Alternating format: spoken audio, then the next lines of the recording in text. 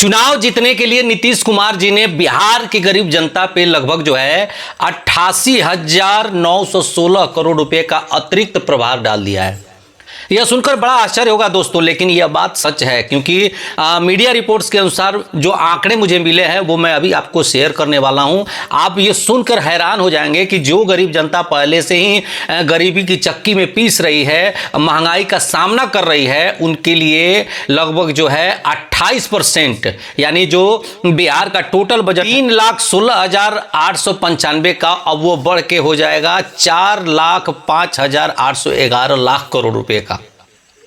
अब हैरान करने वाली बात है कि आखिर ये 88,916 करोड़ रुपया आएगा कहां से?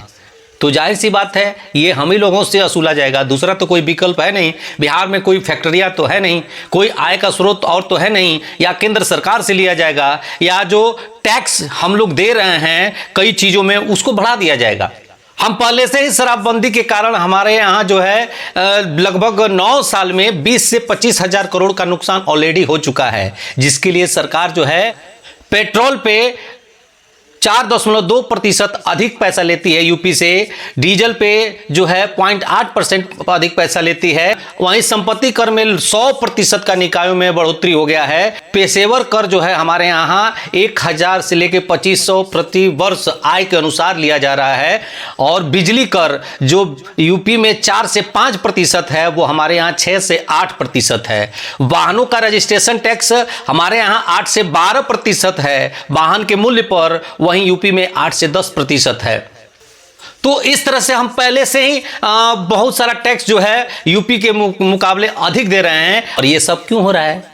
सत्ता के लिए। जहां तक मुझे याद है कि नीतीश कुमार जी जो है ये जो फ्री का योजना था इसका बड़ा विरोध किया करते थे, लेकिन इस बार चुनाव जीतने के लिए उन्होंने पूरा जोर लगा दिया है। मैं आपको बता देना चाहता हूं कि पहले जो 400 रुपये पेंशन था उसको नीतीश कुमार जी ने बढ़ा करके 1,100 रुपया प्रतिमाह कर दिया है, जिसके कारण जो है 9,200 करोड़ रुपया अधिक अब देना पड़ेगा बिहार सरकार को। महंगाई भत्ता में टीए में जो है 917 करोड़ का बजट सरकार ने बढ़ाया है।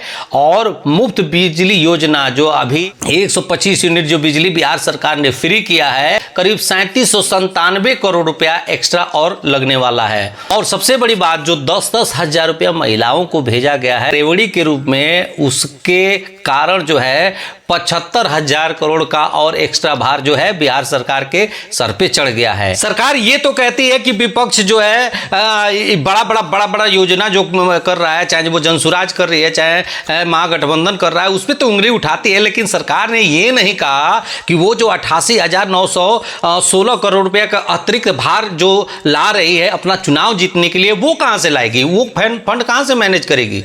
दूसरे पे उंगली दिखाना है अपना, ये नहीं देखना है कि हम क्या कर रहे हैं। अब आने वाले समय में ये पता चलेगा कि सरकार को इन तमाम योजनाओं से कितना फायदा होता है, क्या इनकी सरकार बनती है, ये तो आने वाले समय में ही आएगा। लेकिन भाई अभी से आप लोग तैयार हो जाइए फिर से महंगाई की मार झेलने के लिए। और ये जो आप लोगों को लग रहा है कि ये फ्री बिजली और फ्री का 10,000 जो आया है उससे आपका भला होने वाला है, वो आप भूल जाइए। आने वाले समय में और क्या होगा ये तो आपको दिख ही जाएगा। लेकिन भाई झांसे में नहीं आना है, एक एक चीज को समझने की जरूरत है कि यदि कोई रेवड़ी बांटी जा रही है चुनाव के लिए तो उसके पीछे का मकसद क्या है, उसका प्रभाव क्या पड़ने वाला है, ये जानना जरूरी है।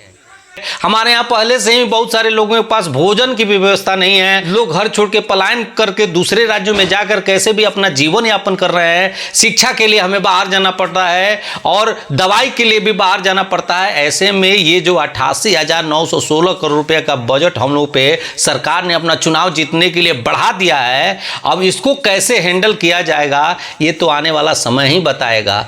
कुल मिला के ये जो चुनाव हो रहा है यह देखने के बाद यही लग रहा है कि भाई ये चुनाव नहीं हो रहा है, ये जो है बम्पर घोषणा प्रतियोगिता चल रहा है। यहाँ पे होड़ लगा हुआ है कि हम इतना घोषणा करते हैं, हम उतना घोषणा करते हैं, 2.5 लाख नौकरी दे दें, 100 लाख नौकरी दे दें, 2.5 बजट दे दें, इतना महीना दे दें, इसी का होड़ लगा हुआ है। और सबसे बड़ी बात यह है कि आज पूरी दुनिया यह देख के हंस रही होगी कि कैसा बिहार में सिस्टम चला है कि वहाँ की सरकार जो है मूल चीज़ों पे बातें करने की बजाय फ्री की रेवड़ियाँ बांटकर फिर से सत्ता में आना चाहती है।